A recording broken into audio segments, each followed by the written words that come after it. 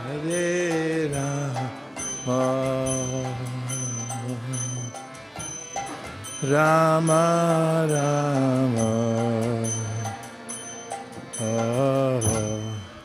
Hare Hare.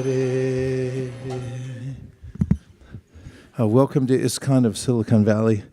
It's a delight to be back together again here on a spring Sunday. And this temple is a branch of the International Society for Krishna Consciousness.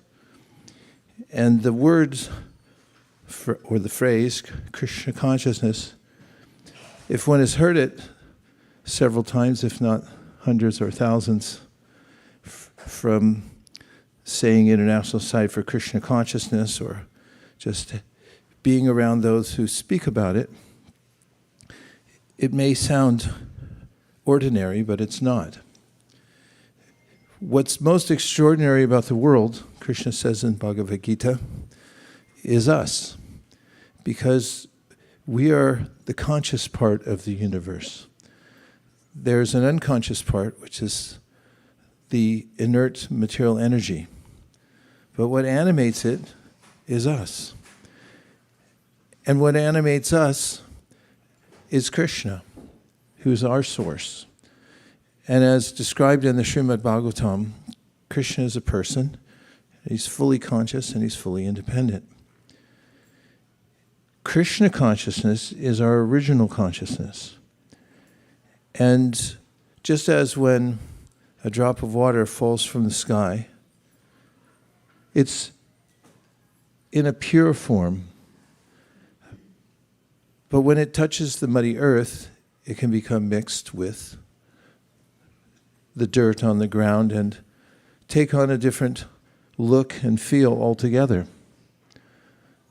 In a similar way, when we, as pure consciousness and part of Krishna, come in contact with the material elements, which are described as separated energies, they're part of Krishna because everything's part of Krishna.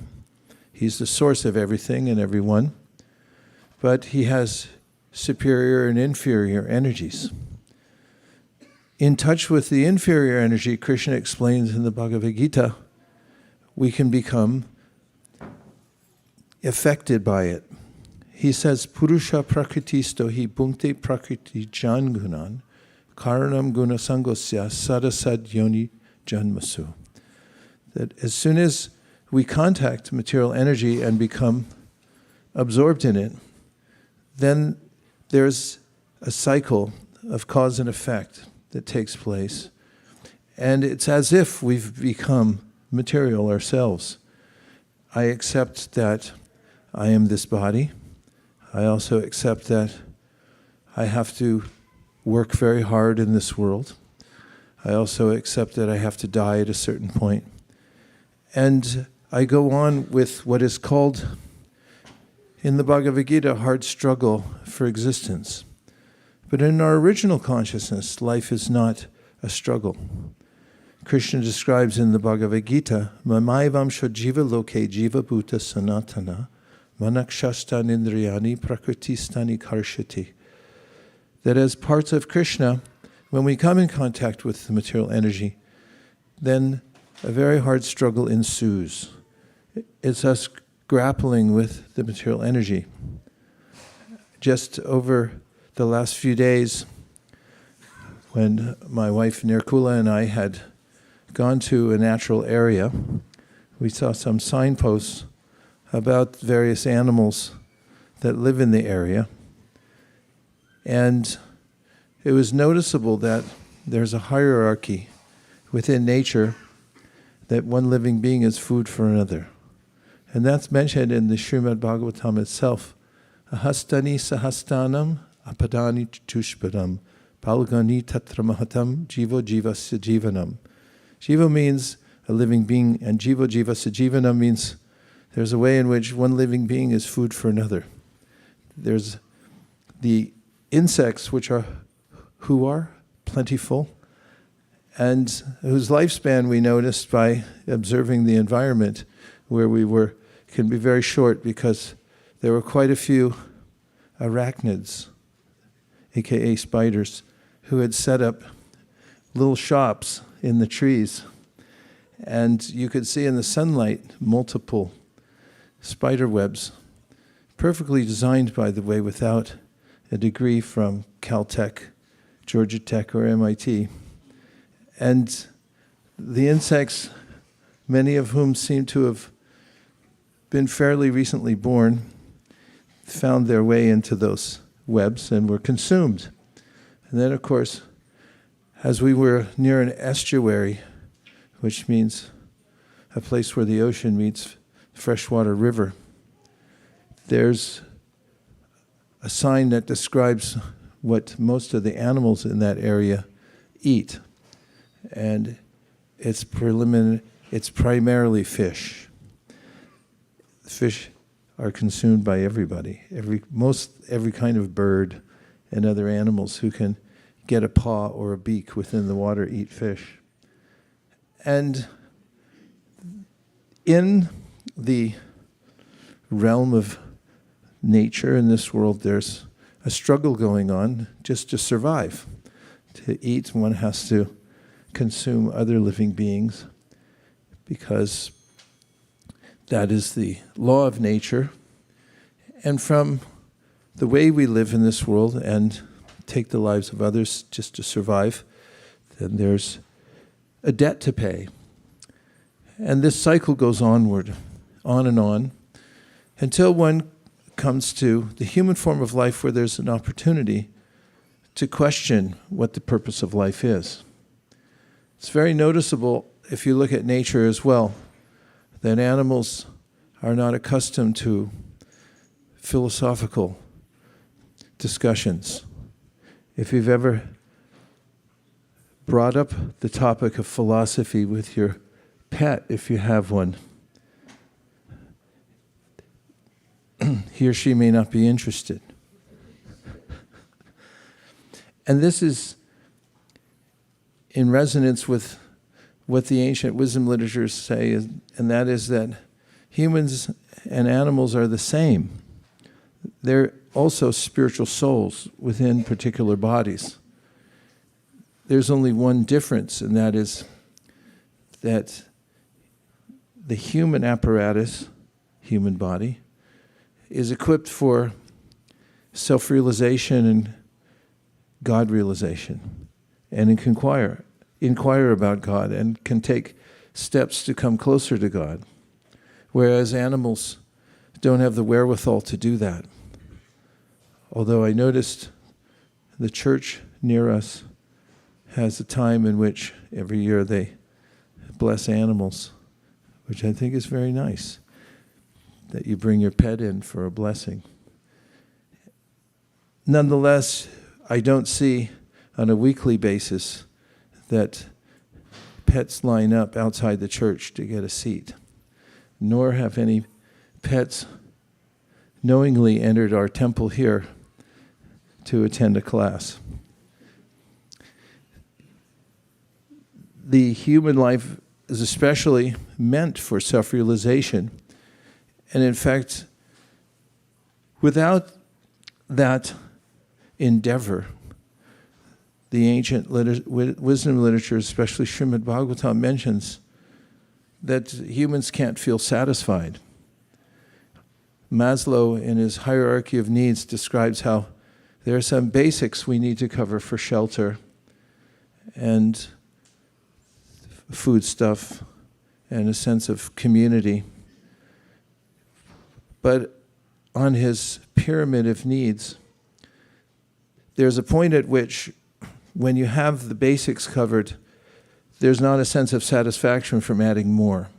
So if I was wealthy and I was able to get 2 houses instead of one maybe in Montana and the other one maybe here in Silicon Valley, it doesn't necessarily mean that I'll be happier, for it's difficult to consume the material energy and feel satisfied by it, because The material energy is, in many cases, beautiful. If you look at the scenes of nature, it's hard to actually get full satisfaction from them. We can get a sense of peace in peaceful environments, but it doesn't fully satisfy us. Similarly, even in the arts, if you go to a museum, you may feel some inspiration from the creativity. Or if you hear a beautiful musical concert, it may be similarly inspired. But there's not a sense of complete satisfaction. There's a way that Srimad Bhagavatam, which is the guiding light for the International Society for Krishna Consciousness, along with the Bhagavad Gita, says that the soul has a higher need. The soul is more subtle than the body, and the body's interaction is with the material elements. However, there are more subtle ways to interact with the world, but not just this world, with the spiritual world. And that's through coming in contact with a spiritual sound. And therefore, the beginning of the practice of bhakti yoga is to hear the sound vibration which is above the material world. And from that, one can satisfy the soul and feel a kind of satisfaction that one doesn't get anywhere else in this world. Not by accumulating or hoarding or finding a comfortable place to live or even a compatible partner in this world. All these elements are important in various ways, but not completely or ultimately satisfying. The Srimad Bhagavatam says they're necessary to live a balanced life, but the purpose of living that balanced life is so that one can devote oneself to hearing about the spiritual world and to hear vibrations that are beyond the mundane. So a question arises in the Srimad Bhagavatam, how might one hear such vibrations? Because when I'm describing them, it sounds as if you're using the same ears that you would to hear, and I didn't disparage hearing a musical concert. I just said it won't give you ultimate satisfaction, which I guess is a kind of damnation by faint praise. But there's a way in which we use the same ears to hear spiritual sound as we do to hear what we might call mundane sound, or sound that's related to the temporal world. So how is it that we can actually hear those sounds from the spiritual world? How can they be appreciable to us? And how might they transform us? This topic comes up in the Srimad Bhagavatam in a chapter called Prayers by the Personified Vedas. It's chapter 87 of the Srimad Bhagavatam. And there, the simple answer is given is that material nature and we ourselves are under the purview of a higher intelligence. And we can experience this higher intelligence ourselves by noticing that we are trying to find out about various aspects of the world, and in our inquiries and in our studies, we're at first helpless, but then we gain insight by getting higher intelligence. For instance, if you're working on a problem and you don't know the answer, there's not much you can do about it except for consult ChatGPT, which is noticeably indicative of a higher intelligence. In fact, it's one of the warnings that some of the early pioneers of AI had mentioned, and that is that we may become overly dependent on such information. But there is a sense when asking questions that, oh, you know more and a lot more than I do, and have access to more information than I do. It would take me all day to answer this one question by doing independent searches, but you've answered it in one fell swoop. And in a similar way, we might also notice that there's an intelligence that comes to us naturally when we're finding our way through this world, solving problems, or just driving down the freeway. How do we have the wherewithal to miss other cars or to stay in the lane? And I always wonder that about how this body holds together. How do all the organs coordinate with one another? And how is it that there's a schedule that we can count on in the universe, meaning that sun rises at a particular time and you can predict when it's going to go down because it's on a schedule. All this indicates an overarching intelligence within the universe, and we can also perceive it within ourselves by the ways in which our inquiries are answered, our studies are fulfilled.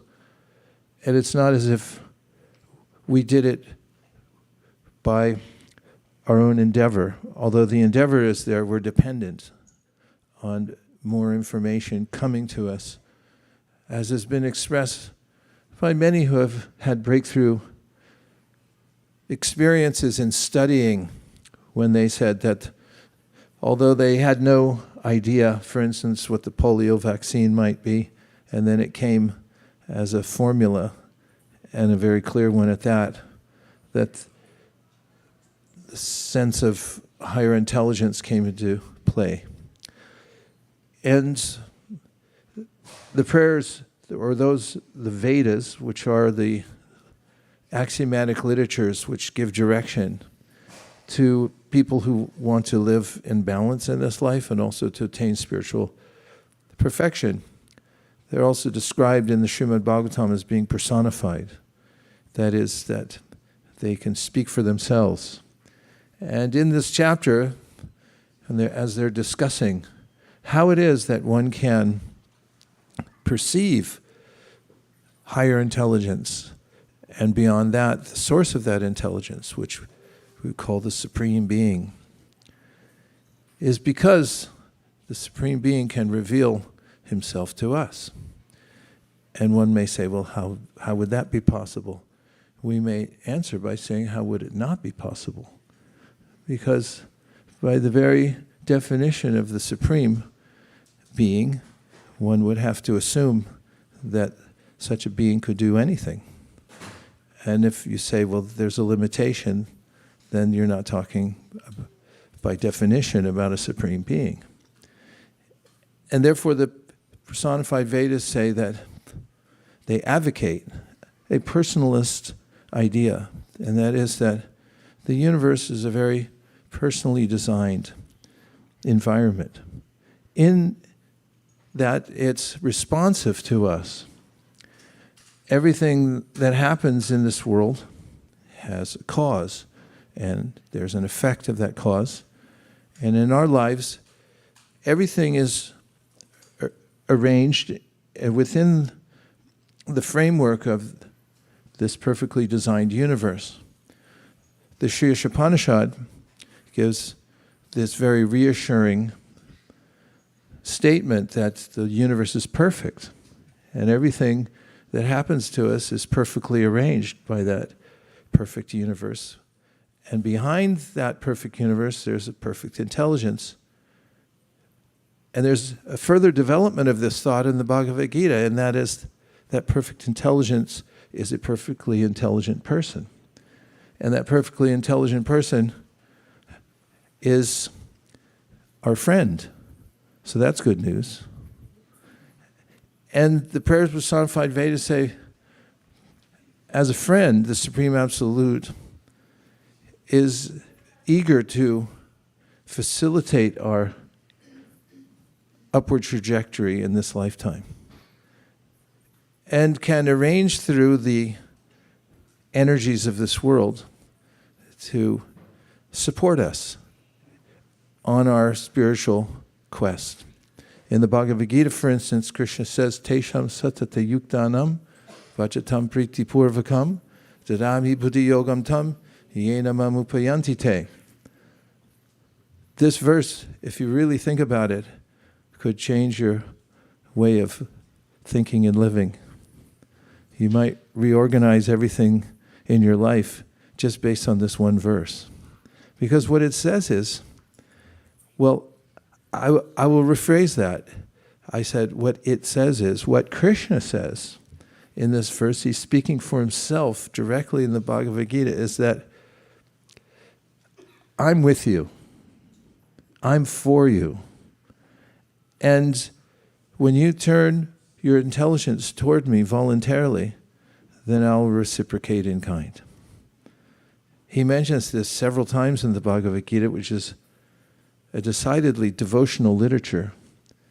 It leads to a conclusion that God is for us, He's with us, and He's eager for us to inquire from Him and ask the question of what is the way in which I can see you, I can connect to you, I can develop my relationship with you. Knowing that, as Krishna says in the Bhagavad Gita, ye yata mam prapadyante tam stataiva bhajamyaham mamavartante manusha partha sarvasha. There's two parts of this verse.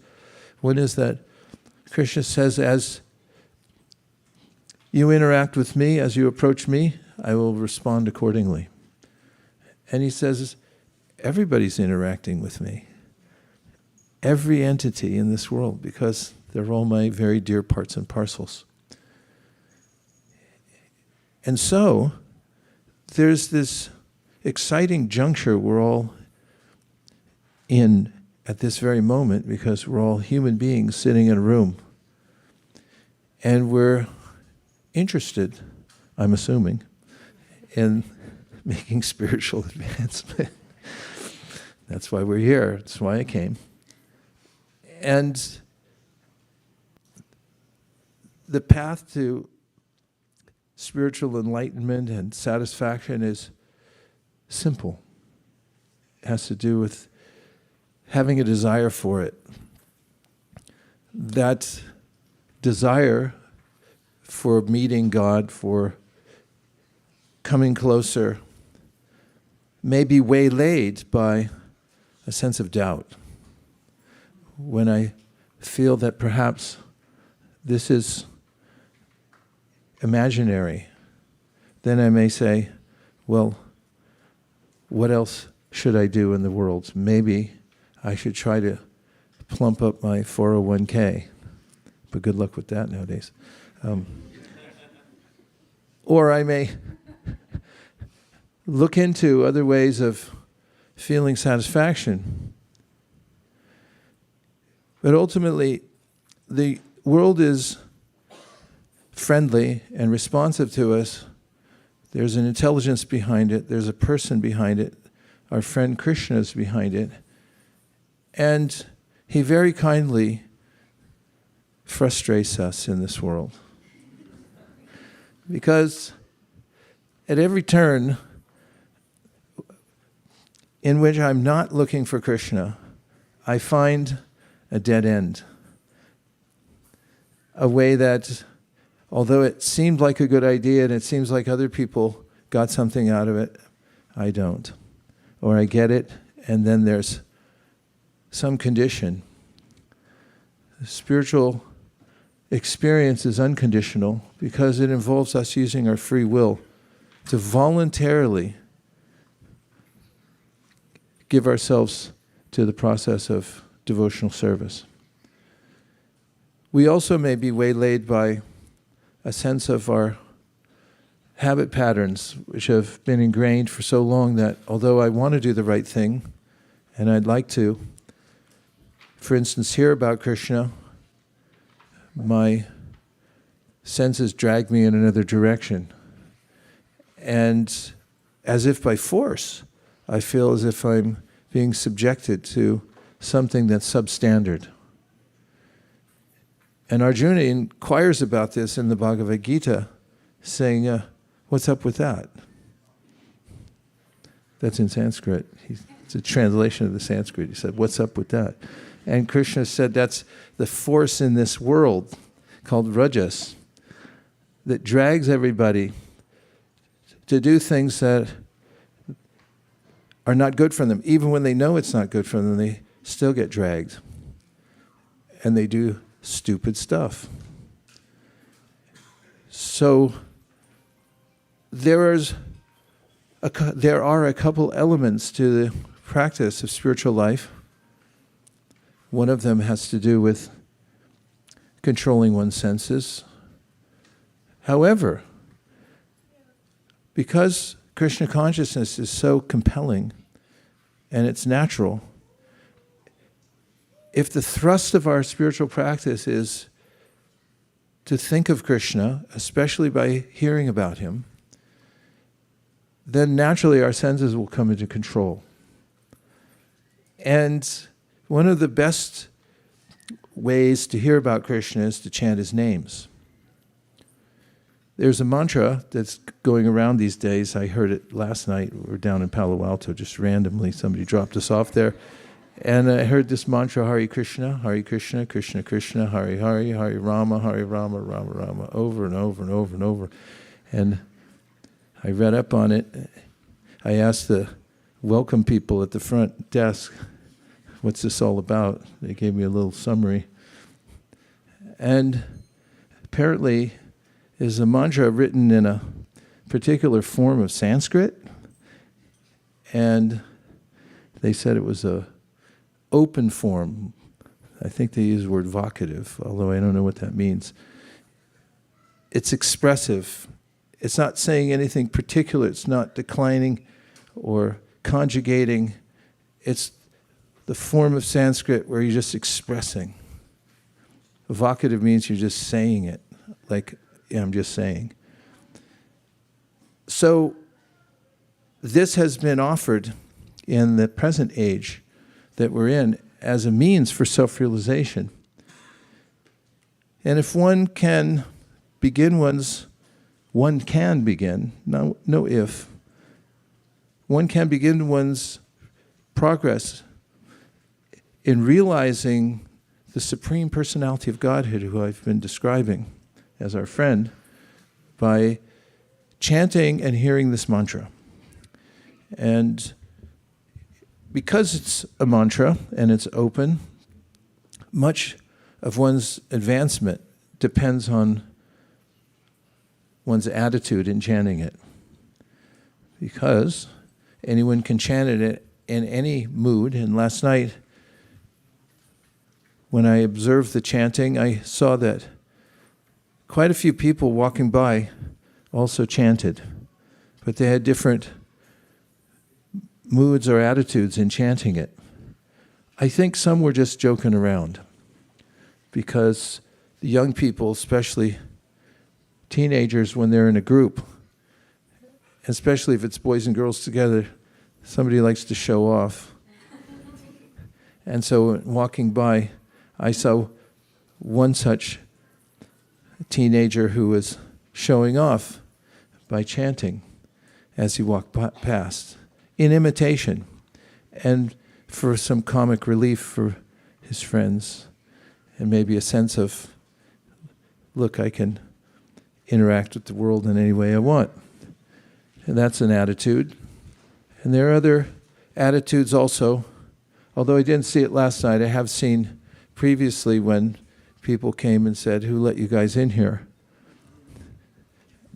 And could you turn it down a little bit?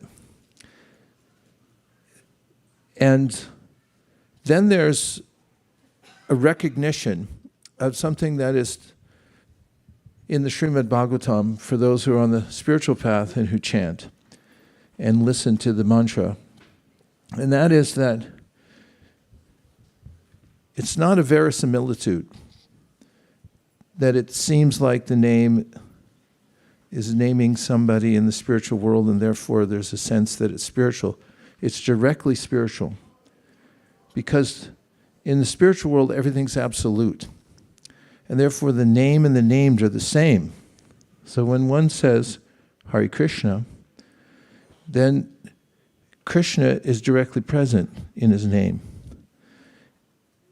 And if one then, who has some information, the kind of information that we've been discussing just preliminarily today from the Bhagavad Gita about how we have a relationship with the Supreme Person, and then there's a sense that he's responsive to everything I think and do, and how I feel, and then we chant, then it becomes extremely effective.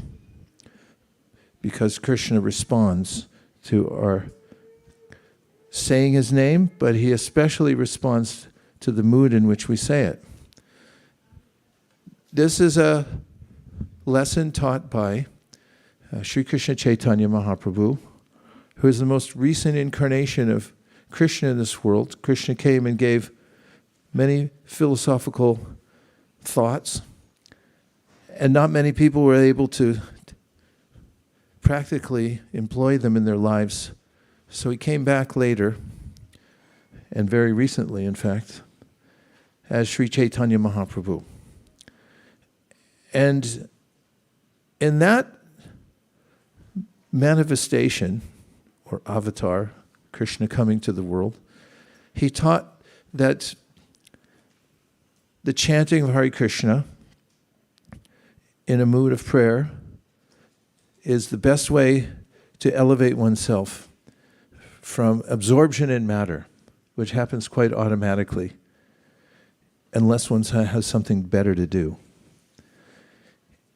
And he taught that if you take this up as your primary practice, you'll notice that you'll gain benefits from this that'll help you spiritually. Within the chanting and hearing, with not just an open mind, although that's a good place to start, but also with a sincere heart and prayerfully chanting, you'll naturally get knowledge. And the essence of knowledge is to understand the difference between yourself and your body. And you also will get a sense of detachment. And remember, I mentioned a few minutes ago about the conundrum of being impelled to take up sense activities that seem stupid, but still being forced to do them. You remember when I said that? Yes. Only 3 people. Well, you won't have that anymore. By the power of chanting Hare Krishna mantra, you develop called virakti, or a sense of disinterest in activities that used to be interesting or used to fill your time. You have something better to do. The highest kind of renunciation, as mentioned in the Bhagavad Gita and the Srimad Bhagavatam, is to have somewhere better to be all the time. And one who takes up the chanting Hare Krishna and also at the same time reads Bhagavad Gita every day will find this mixture incomparable in elevating oneself in mood, in knowledge, and in the ability to control your senses, and in a sense of in a way of developing happiness. So our founder, Srila Prabhupada, who comes in a long line of teachers who represent the original teacher of the Bhagavad Gita, Krishna, and who represent what Krishna taught and has taught over eons, recommends this process. I should say prescribes, because then it becomes more pointed, as if you went to a physician that you trust, and then when you get the prescription, you follow it. Right? Say yes. I have friends who get a prescription and they don't follow it, and then they wonder what happened. Then they blame the doctor and go ask for something different. Don't do that. Yeah, seriously. He'd always ask. He'd tell the doctor, give me antibiotics. Doctors say, you don't need antibiotics. I said, no, you give me antibiotics. I don't know why they gave him antibiotics, but he'd take them and then he'd go back and say, it didn't work. Better to find out what the prescription is from an authorized source, a doctor who knows what he or she is doing, and then take the prescription meticulously. Otherwise, the controlled experiment may confound you. So if you take a bunch of things at once, you'll never know what cured you. Nonetheless, the chanting of Hare Krishna is such a powerful medicine that we will notice the difference. And we also see it in others. In fact, oftentimes when people begin chanting Hare Krishna, they retire from doing stupid stuff. And people then say, you've always done stupid stuff. So why do you stop doing stupid stuff now? After all, we're doing stupid stuff. Can't you join us for doing more stupid stuff? And the answer is, well, I'd love to do stupid stuff with you, but I got a better place to be right now, and tomorrow and the next day. One may stealthily and very intelligently skate through the traps of the material world by taking up such a path. Oh, what a hero that would be, to be able to overcome the traps of this material world and actually skate scot-free out of the material world and overcome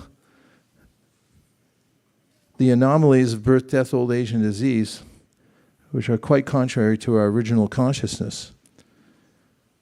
So that's why we're here. It's a simple assembly. We're just sitting in a room, basically. But we have the teachings that we've, at least those of us who have read them carefully for ourselves, they're vetted by our own observation. These are not ordinary self-help books.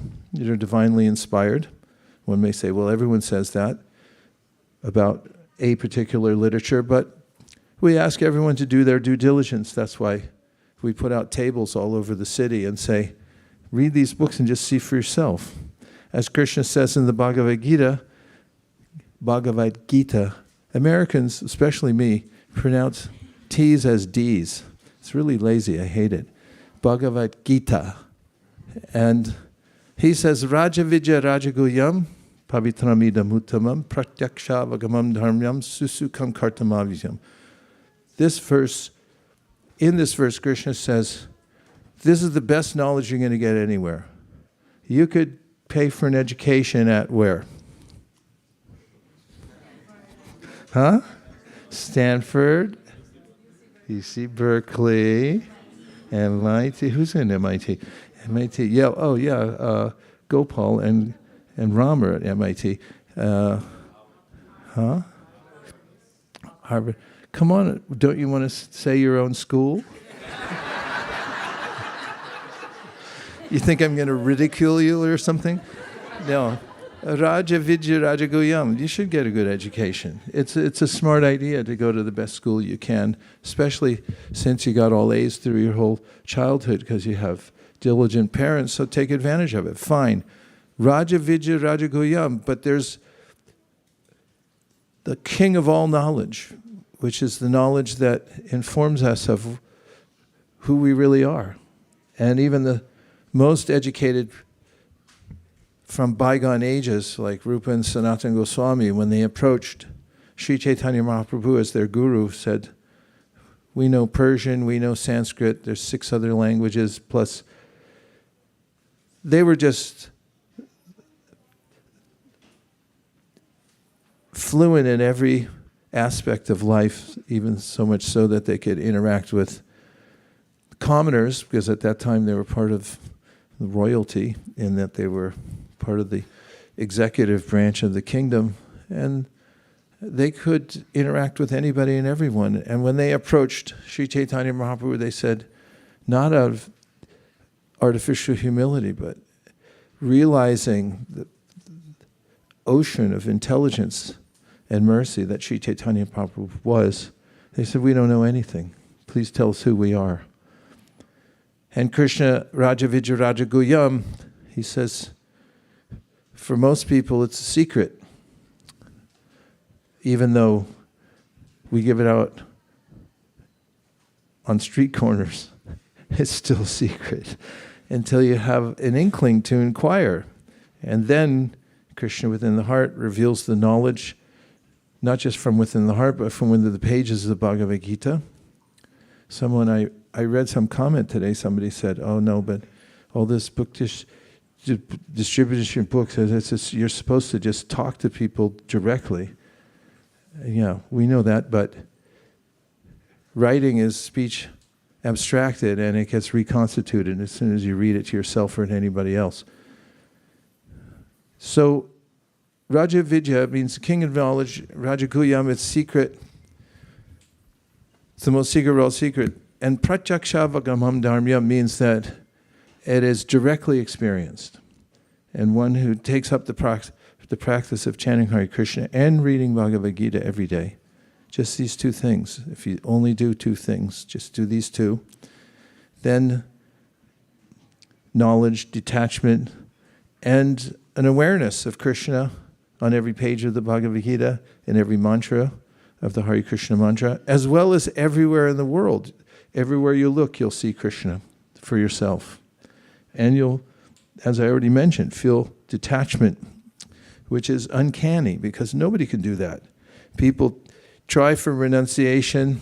There are many programs to help people get free from addictions, and I do recommend those programs, but even they say that you need something higher. For instance, in 12-step, there's a sense of you have to find your higher power. It's not just the steps. You have to work the program, yes, but you also have to find a higher power. So Bhagavad Gita has that. The process of devotional service is simple, and it's really cool too because it's joyfully performed. Krishna says, "Susukam kartamavyam." It's not a philosophy with a bunch of holes in it. It's comprehensive. In fact, Chaitanya Charan Prabhu told me that, and he's a perfect person to teach Bhagavad Gita because he can answer all questions in very interesting ways. And he's really smart. And he dedicates his life to studying the Bhagavad Gita so he can explain it to other people. And one could say he has all the answers. So he was saying that, I met him in GEV. He said there's this preacher, I won't mention which denomination, but it's a denomination. It's a denomination. Somebody's involved in a religious process somewhere, and one of his main thrusts is to point out the defects in every other religious process in the world except his own. And when somebody brought up the Hare Krishnas, he said, did the preacher, he said, they have an answer for everything, but they're still going to hell.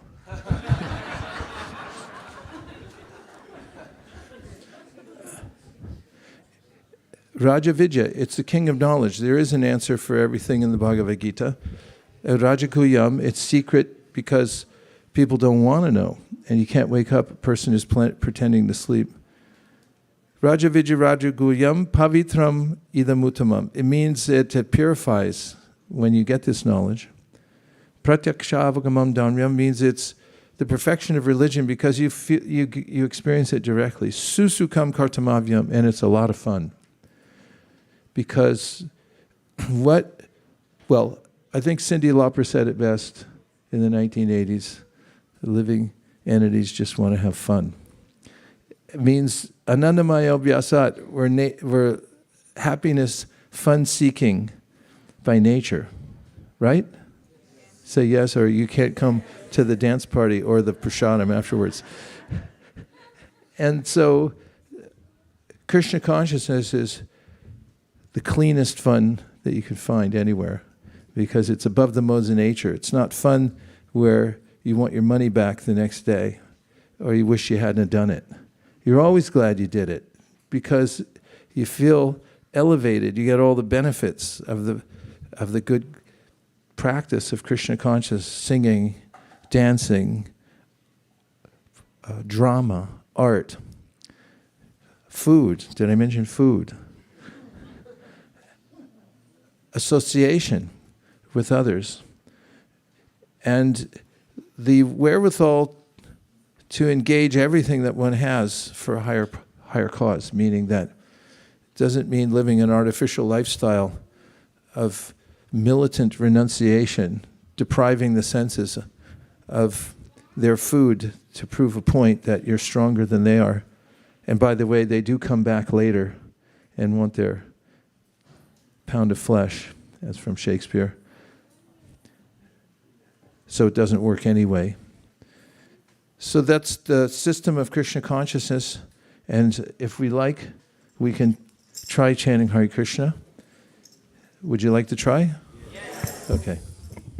Nama Om Vishnu Padaya Krishna Preshtaya Bhutale Shri Mate Bhaktivedanta Swami Niti Namine Namaste Saraswati Deve Gauravani Pracharine Nirvishesha Shunyavani Paschatadeshakarine Jai Shri Krishna Chaitanya Prabhu Nityananda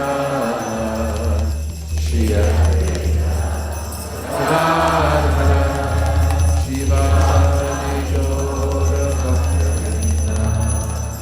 Hare Krishna,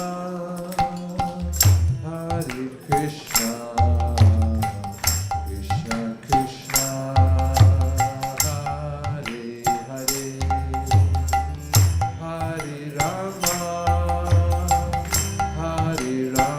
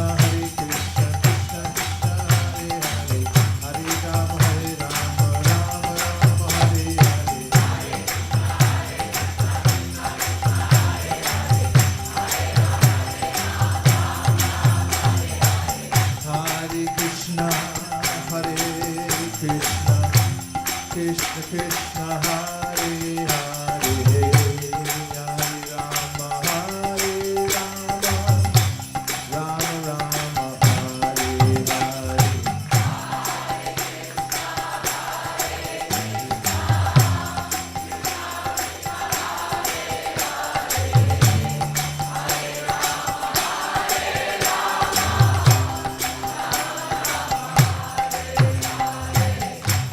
Hare Krishna, Hare Krishna, Krishna Krishna, Hare Hare, Hare Rama, Hare Rama, Rama Rama, Hare Hare.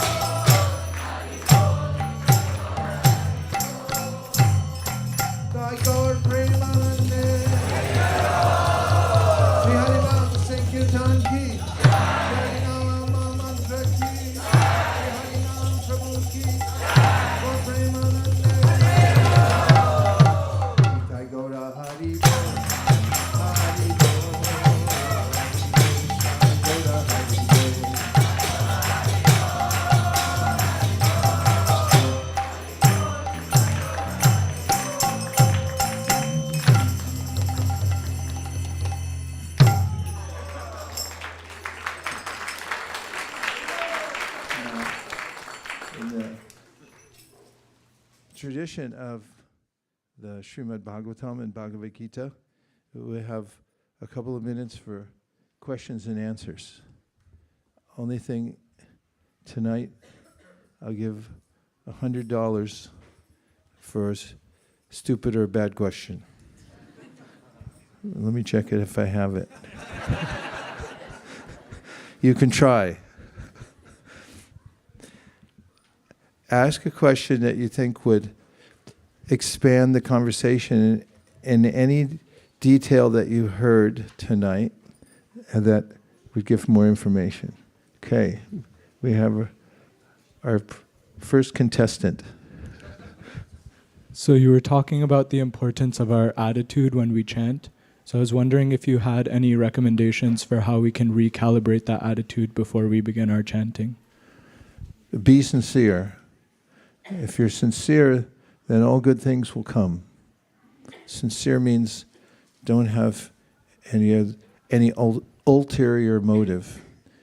Just be, as Krishna says in the Bhagavad Gita, in the 18th chapter, one who offers service for service with no expectation in return. That's a winning attitude for sure. And also, you could have the attitude that I'm helpless, I'm the runt of the litter, I got left behind, I'm a mercy case, please help me. And a third one could be, please engage me in your service. I'm lost in this world, I need your help. What a great question. A little harder because it means I don't have to pay him $100. Okay, we have extra funds, he said, so we're upping it to $200 for a bad or a stupid question. Okay, who else would like to ask a question to illuminate? Yes, please go ahead, Yashoda. Here comes the microphone all the way back to you.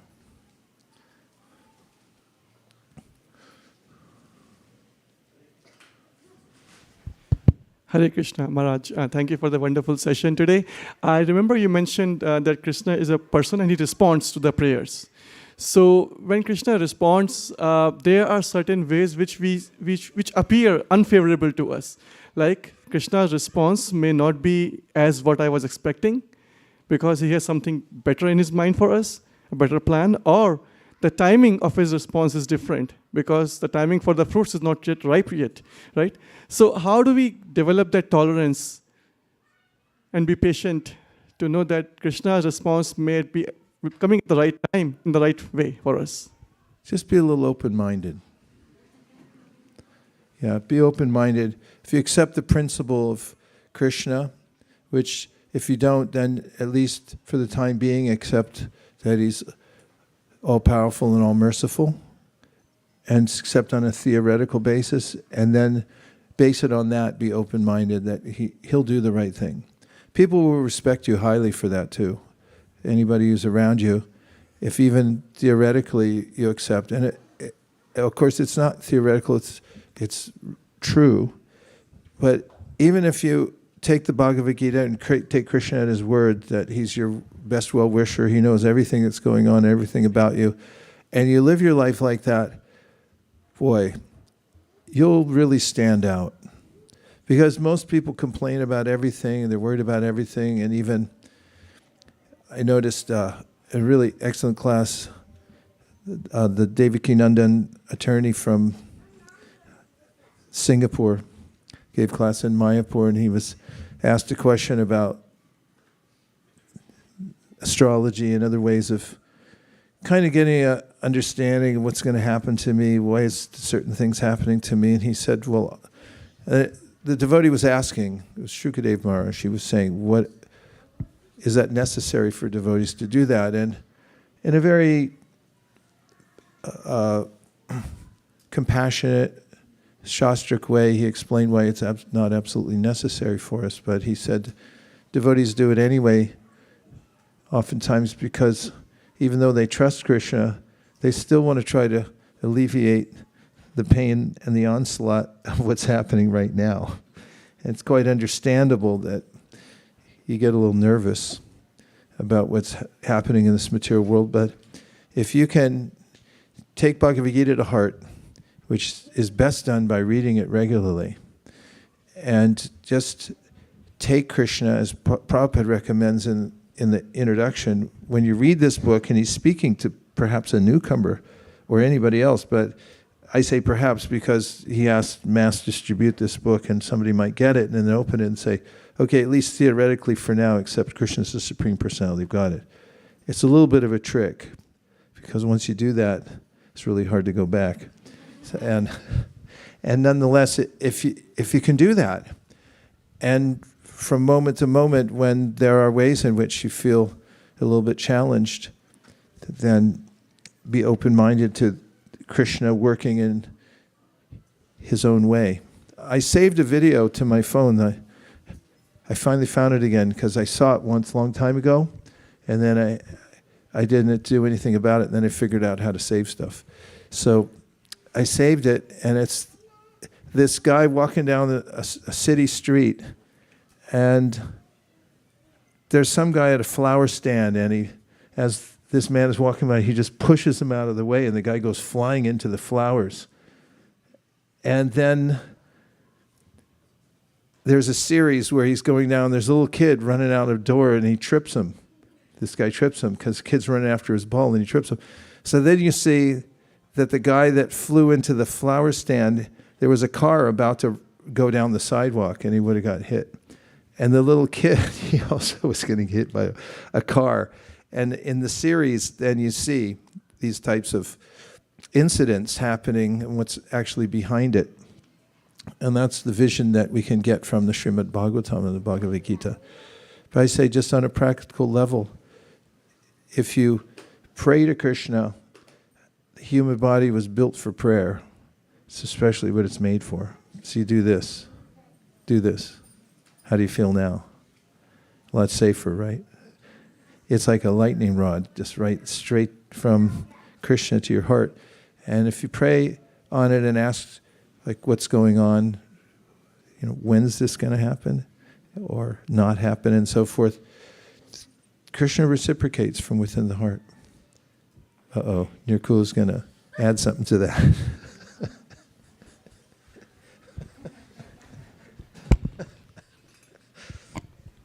Thank you.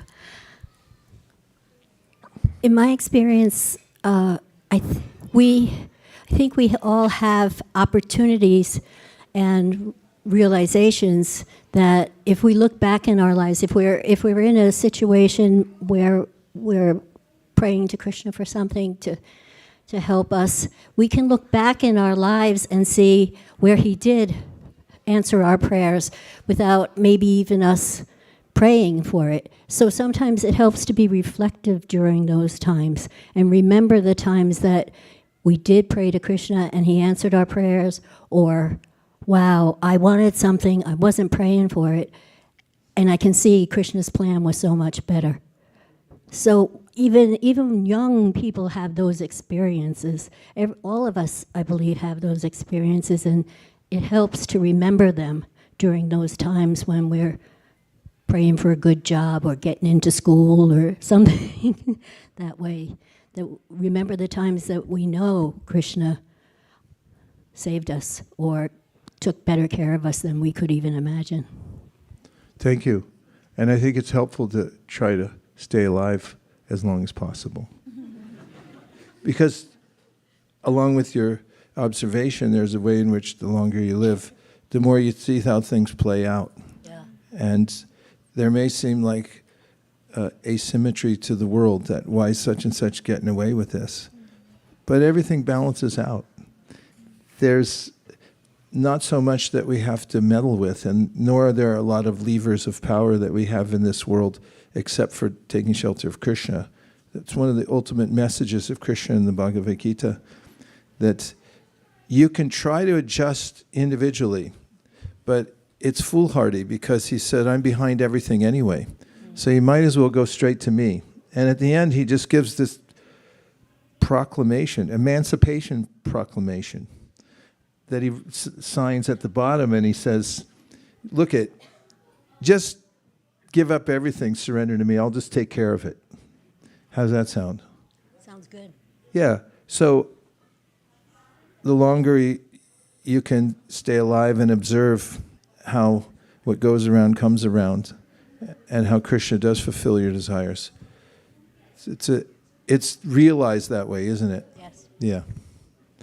Yeah, we just took a break and we were talking a lot because it's so important to take stock of what's happened to your life, what's happening now. And it's startling sometimes at intervals the class must just got out, huh?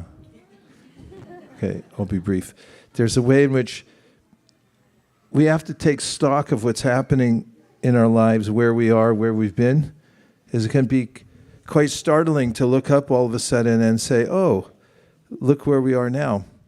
And in proportion to how much time one might have in the world, you find that there's maybe less time than you thought. Okay, yes. Okay, Prikishori, you got the mic, and May I share a reflection? all power goes to the person who holds the mic. I didn't particularly have a question, but it was a reflection on what you said about prescription. I recently had an experience of having certain symptoms, and I thought, let me Google search this, let me chat GPT it, and I will make myself feel better. But when I met the doctor, she very strongly and particularly said, do this, and then do this. And there was this moment where my mind completely shut down, and I just believed it. And the self-doubt and the speculation was set aside, and I was able to trust and surrender. So I was reflecting on how sometimes in my own Krishna consciousness, I feel like I need to spice it up, and maybe I should do this versus that.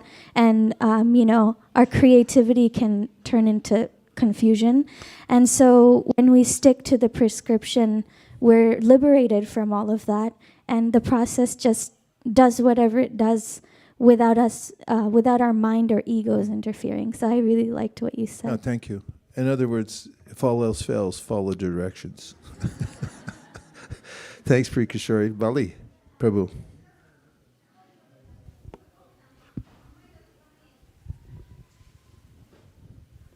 I think in the same connection as you are giving the talk about the faith and the response of Krishna, right? So Prabhupada actually told a story, and he said there is an old lady, she has one son, she used to go to the school, and one day the teacher asked, everybody needs to get something for the potluck. So then he asked the young man what he wants to bring, because he doesn't know. He said, yogurt. Then he went to his mom and said, we need to, because there is a potluck. He said, we are so poor, we can't give it. Then he said, go and ask Dinabandhu. Dinabandhu is in the jungle. So he asked Dinabandhu, give me yogurt for these things. So Dinabandhu came and gave him a little lota of yogurt. And then next day, everybody bought for a big feast. And he got a little bit, and the teacher was sitting. Oh, you got this much for the people? Then he likely are you sure you got for this much? Fell down. See, the pot fell down, and again it got up because it is a holding pot. Again it's filled with yogurt. Then he filled out, again it is filled with yogurt. So that is the mercy of Dinabandhu. So Prabhupada says, yes, if you have a really sincere faith like Dhruva Maharaj and all, Krishna reciprocates. But sometimes we pray ourselves, but we don't have really faith in the outcome of the world, of the Lord. That's why it doesn't reciprocate. So I think bottom line is faith is the ingredient. Yeah, that's Krishna in the Bhagavad Gita says, Yoga Kshema Mahamyaham, I'll carry what you lack, preserve what you have. And again, it's a relationship, so it may take some time to notice that even when Krishna withholds something from us that we expected, that's also a kind of reciprocation for the position we're in at the time, and we may be really thankful later when we can see the result of it. But it's a really heartwarming story because it's true that Krishna consciousness is a real life of abundance. There's no lack of anything when one is Krishna conscious. In the material world, when I'm thinking of arranging the material world in such a way that I can be happy, it always comes up short, and I'm never satisfied. But depending on Krishna, one finds that he gives more than one could possibly imagine. One of his names is Vanjhatita, which means that he fulfills your desires beyond what you could expect, or beyond what you desired. He knows how to give you more. There was one last question, and then we're finite. Fine. Terminado. Owarimashita. Ho gaya.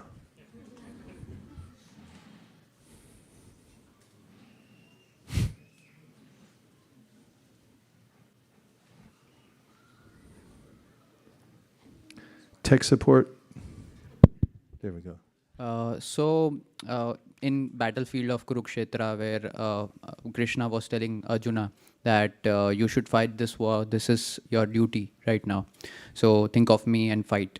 Right now, Krishna is not with us in our battles, right? And in material world, where we are fulfilling our material duties, how do we know that either this is a trap of Maya, where it will trap us into material desires and get us into the lust and stuff like that, or Krishna is telling us to fight and do our duties, which will eventually fulfill our Krishna consciousness? Well, I give you an answer from the Bhagavatam, which was given by Prabhupada Yogendra. He said, Tasmad Gurum Prapadyeta Jignasu Shre Uttamam Shabde Parichanishnatam Brahman Upashramashrayam. And that starts with a therefore. Before that, there's a description of the confusion in the material world. And Prabhupada Yogendra says, get yourself an attorney. You know, when you don't know what the legal implications of something are, don't try to represent yourself in court. You go get an attorney. And best if you get a really good one. A good attorney knows the law, and a great attorney knows the judge. And that's how the world works, and that's how the spiritual world works also. So if you want to know how to get out of difficulty, Prabhupada Yogendra says, find yourself a spiritual attorney. And what's the qualification? That person is Shabde Paritanishna, they've studied the law books. They know the spiritual science backwards and forwards. And Lord Chaitanya Mahaprabhu said that's the kind of person that you want to go to. They've experienced it, and there are also the other metaphor for that kind of a guide is given by Krishna, also in the 11th canto. I quoted it last week. Last week. Nrideham adyam sulabham sadulabham plavam sukalpam guru karnadaram means that, like a sea captain, they're salty. They've been through it. They've followed it. They've practiced it. They've got years of sadhana, and they can tell you they've seen a million times how what goes around comes around and how it works. And they've also lived their life. Like Prabhupada, he lived his life. When he came to America at 69 years of age, he had had children. He had been involved in political movements. He had had a business, lost a business. Anybody here lost a business before? You ever lost a lot of money recently? Yeah. So there's, when you go through all that and your heart sinks and it comes back up, and then you start realizing what Krishna said is true, plus, you've stuck to the process, you have vijnanam, or realized knowledge. And that's the kind of person you want to ask. That's who I ask. When I'm trying to figure things out, I go to people, they know the Shastra in and out, plus they're just solid in everything that they do, and I trust them. So I say, what do you think? And when I discuss it with him, then I get my bearings straight. So that's the way to find it through life. And Krishna is there in the Bhagavad Gita, but he's also there in his representatives. That's from 11th canto. Uddhava says, Naivo payantya pachitin kavayastevesha brahma yushapi kridim rida mudasvaranta yontarbahis tanubutam ashubhan vadunvan acharya chaitya vapusha swakatim vyanakti. He says, you're on the outside as the acharya. Acharya means somebody showing by example. How do you do this? You got to have like some example of somebody. And then on the inside said, you're directing me as well. And so we're never without guidance. And Prabhupada brings that up in the verse I quoted at the very beginning of class, Tesham Satati Yuktanam, that if you're sincere and you try, Krishna always gives you instruction from within your heart. It never fails. And so just take shelter of Krishna and chant Hare Krishna non-stop. That means 24/7. Don't stop chanting Hare Krishna, okay? Say yes. Yes. See how easy that is? So now we're going to have our famous Hare Krishna dance party. People have been calling from all over the country asking about that. And the secret's in the floor. This is real wood floor. And we're going to roll up the carpets, put away the seats, and we're going to stand up here on the dance floor, make a little room for the harmonium player, sits right in the middle. One of these days we're going to get a tower for the harmoniist to sit on. But for now, just be careful. Don't block the harmonium player. Usually the women are on this side, men are on that side, and feel free to dance because Hare Krishna is a dancing movement. Thank you very much for coming. We'll see you back here in 2 minutes. Hare Krishna.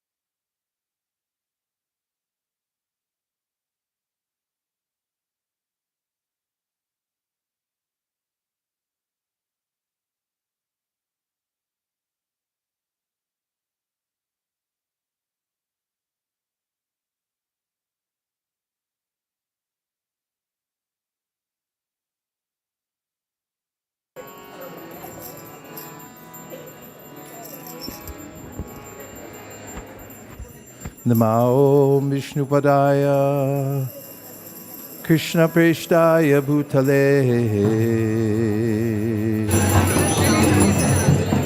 Bhaktivedanta Namaste Saraswate Gaurani Katharane Shunyadi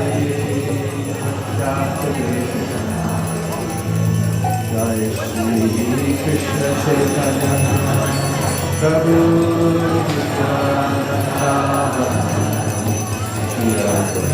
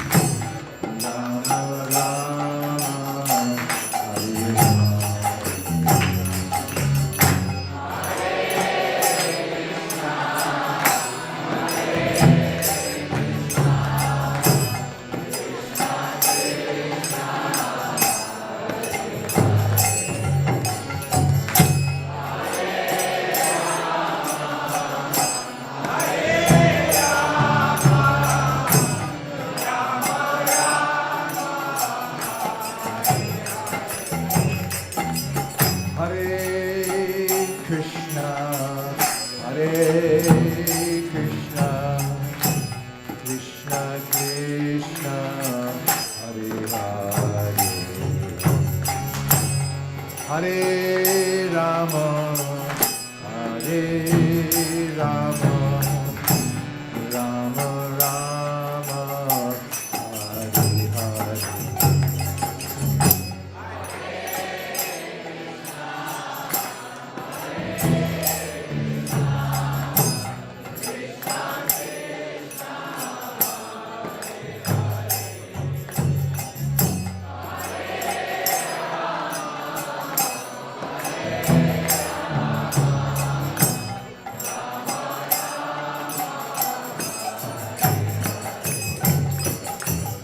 Hare Krishna, Hare Krishna,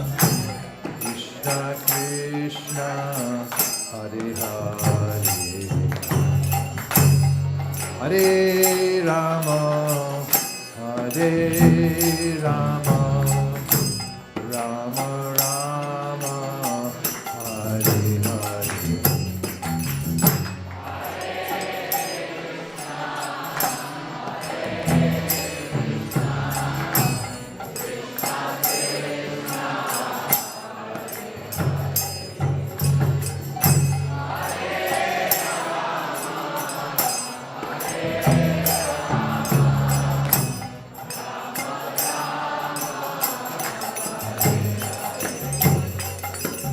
Hare Krishna, Hare Krishna, Krishna Krishna, Hare Hare,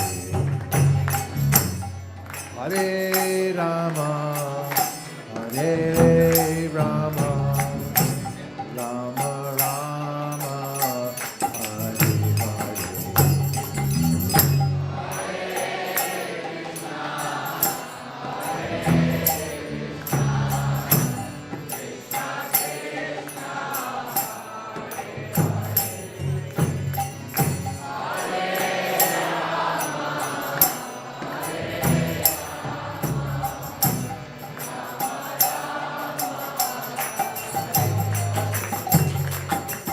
Hare Krishna, Hare Krishna, Krishna Krishna, Hare Hare, Hare Rama, Hare Rama, Rama Rama, Hare Hare.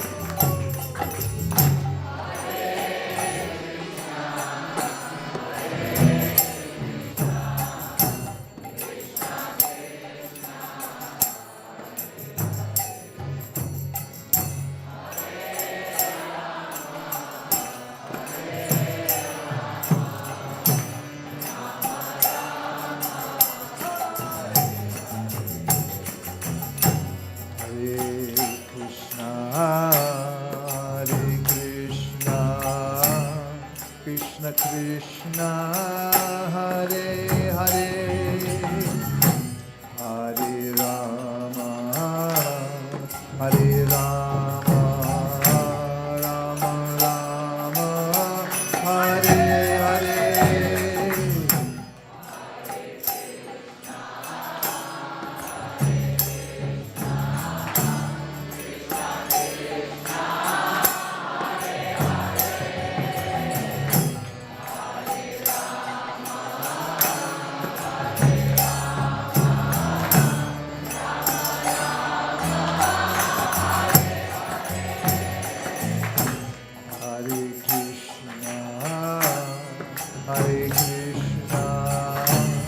Krishna Krishna, Hare Hare,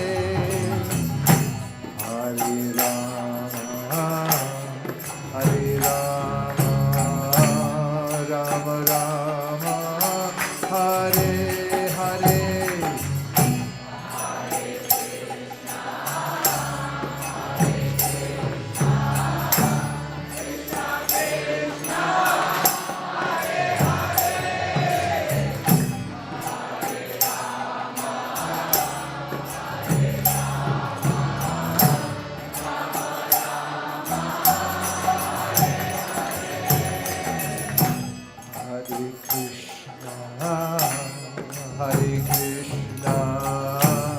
Krishna Krishna, Hare Hare, Hare Rama, Hare Rama, Rama Rama, Hare Hare.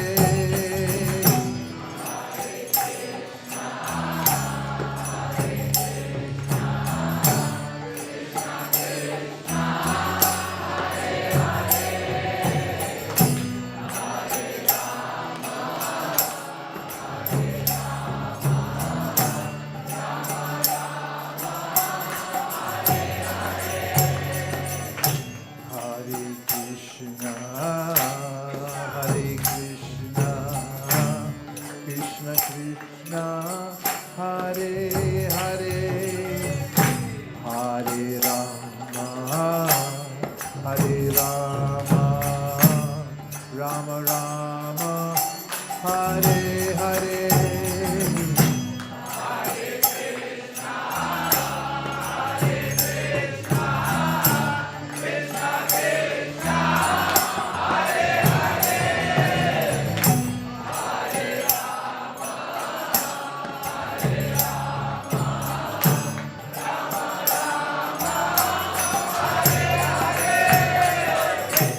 Hare Krishna, Hare Krishna, Krishna Krishna, Hare Hare, Hare Rama, Hare Rama, Rama Rama, Hare Hare.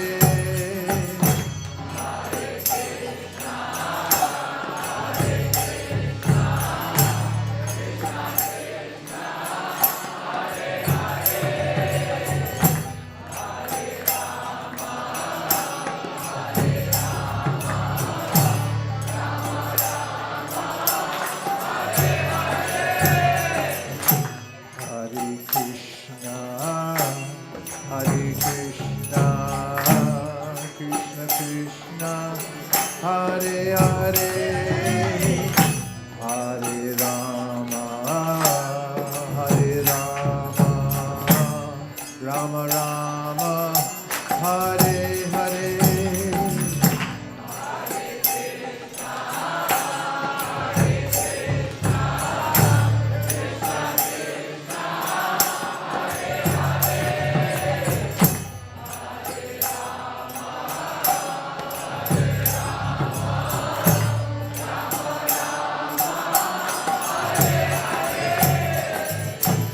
Hare Krishna, Hare Krishna,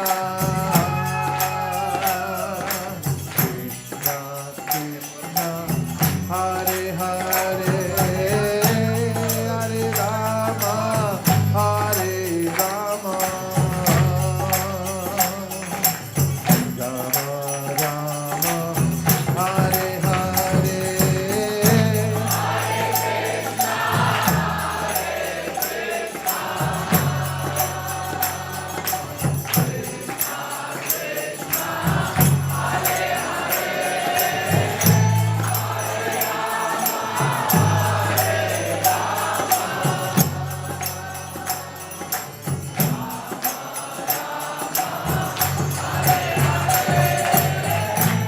Hare Krishna, Hare Krishna, Krishna Krishna, Hare Hare, Hare Rama, Hare Rama, Rama Rama, Hare Hare.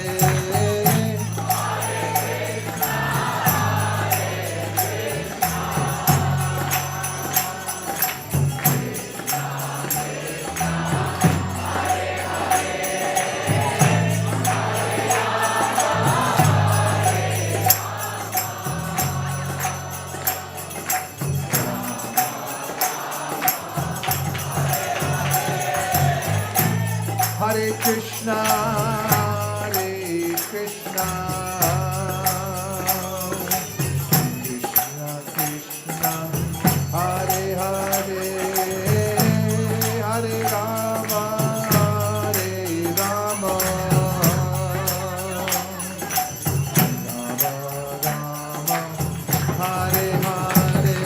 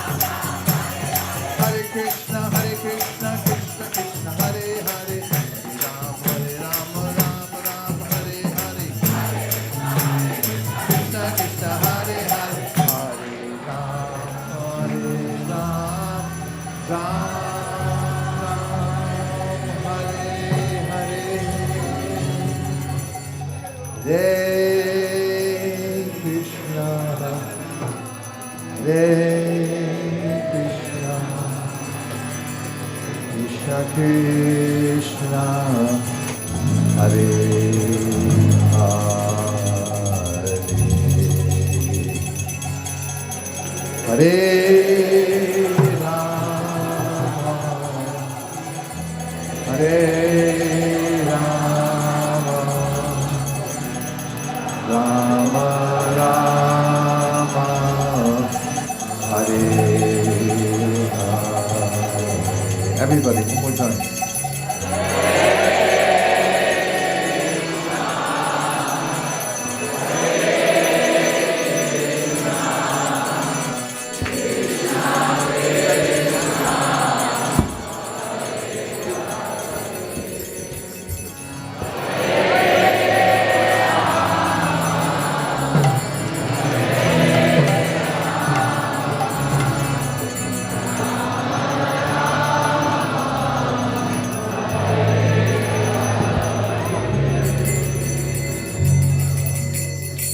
Jayom Vishnupad Paramahamsa Parivrajacharya Shtotra Shita Shishimad His Divine Grace Adai Charnaravinda Bhaktivedanta Swami Srila Prabhupada Ki.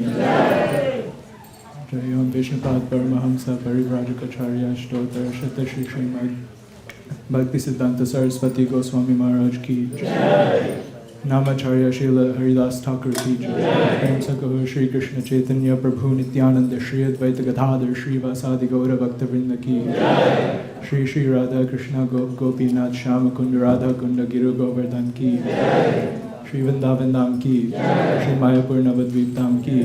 Shri Jagannath Puri Dham Ki.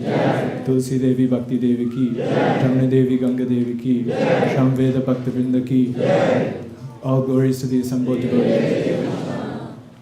All glories to the assembled devotees. All glories to the assembled devotees. All glories to Shri Shri Guru and Shri Gauranga. Gaur Premanande.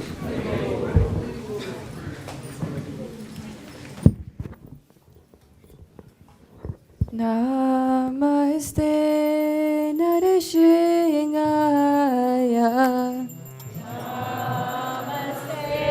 Was anybody supposed to say?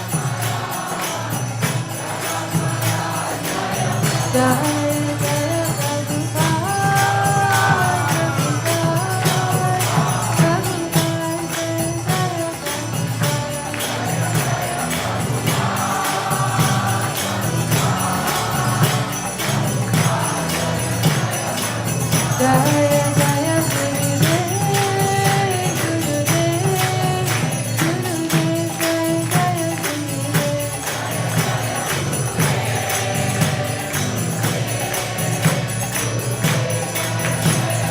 Nitai Gaura Hari Bol, Hari Bol, Nitai Gaura Hari Bol.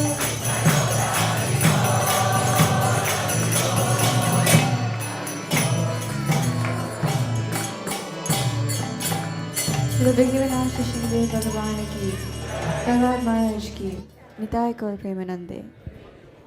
Hare Krishna. We just have a quick 5-minute announcement before you all head to a very special feast. So request you to just stay with us for those 5 minutes. I'll thank the leads for our program today, and we can give them a collective round of applause.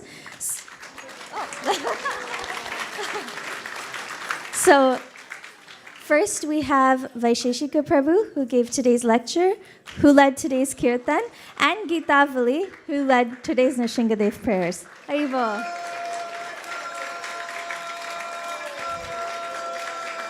Haribol. Do we have anybody here today who's here at ISV for the first time? Please raise your hand. Quick show of hands. Welcome. Haribol. Oh, yeah, he's not first time. Anyone here on this side? Welcome. Thank you so much for coming. Oh, we have another Mataji here in the front. We're very, very happy to have here today. If you have any questions, myself or Sri Gopal Prabhu, who is there in the red kurta, who's welcoming guests, he will be glad to help you. We hope to see you more often. We also want to thank our virtual guests who join through various channels and the broadcast team who makes that possible. Haribol.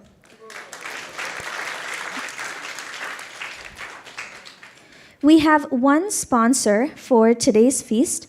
We have Mohit Prabhu, who is sponsoring on the occasion of his wife Monika's birthday. Haribol.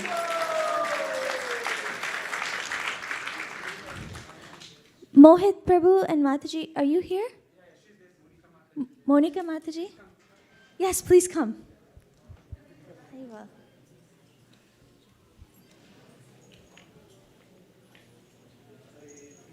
Hare.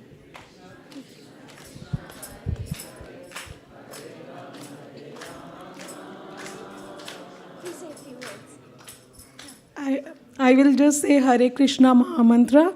Hare Krishna, Krishna Krishna, Hare Hare, Hare Rama, Rama Rama, Hare Hare. Thank you. Thank you so much, Mataji, for your sponsorship. Next, we have Shraddha, a special announcement. Shraddha Mataji's granddaughter, it's Allison's 6th birthday today. Very well. Would you like to? Well, on behalf of Shraddha Mataji, I would like to request that you all bless Allison. Shraddha Mataji is always sharing such amazing updates about her and sponsoring on her behalf, and we pray that the Lordships keep Allison at the shelter of their lotus feet. Haribol. We have a very special event next week happening on Sunday, so we can take advantage of that because it's a weekend. The Ram Navami celebration is coming up, and we'll be sharing out more details about the program, so please stay tuned. The channels through which you can look out for those details are either email or WhatsApp. And if you're not connected, you can reach out to Sri Gopal Prabhu so he can add you. You will not only get festival announcements, but everything in relation to temple and programs. Now we'll move on to Raseshri Mataji, who has a special announcement to make. Hare Krishna. We would like to welcome you on behalf of the student body of ISV. There's an ISV annual day on April 26th. It's every year, but this year it's going to be different. We usually have it in the temple, but this time it's going to be in the Bishop Elementary School in Sunnyvale because we're renting a theater, and it's going to have the capacity for everyone who's connected to ISV to come and participate and take advantage of the event. All the children from 0 to 17 will be there participating and enacting beautiful artistic dramas, bhajans, and skits. And there will also be the Ramayan drama, which is our very popular event. The whole community is actually involved in it in one way or the other. We have it every year in the special occasion of Ram Navami, which is next week, but the event of the Ramayan drama will be on the 26th. So please stay tuned. We will be sending out announcements and further details, but I just wanted to put it out here so you can remember, April 26th. Thank you. Is it a ticketed event? The Ramayan drama is a ticketed event, but the annual day is open for all. And we would love if you have, if you can please attend, actually. You will get to see all our children perform, and it's so beautiful, so touching. It comes so smoothly for these children growing up in Krishna consciousness to be able to enact this. Priya Kishori was one of our first ISV student alumni. So you can see what they're going to be in the future. So we would love to have everybody attend. Please do come.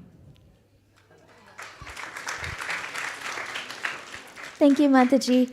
Now we'll announce the cooks for today's feast.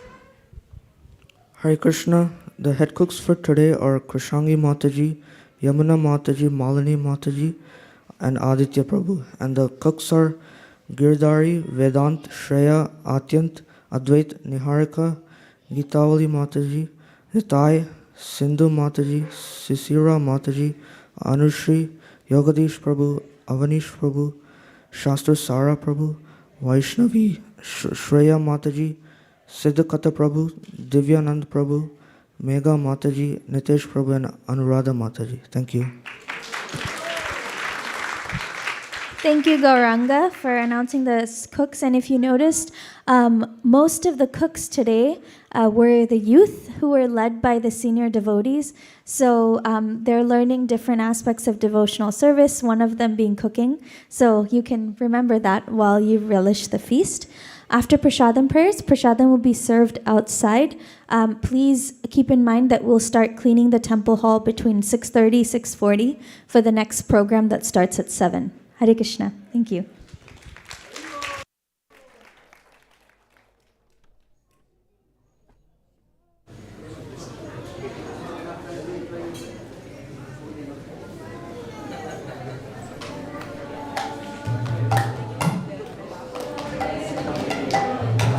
Hare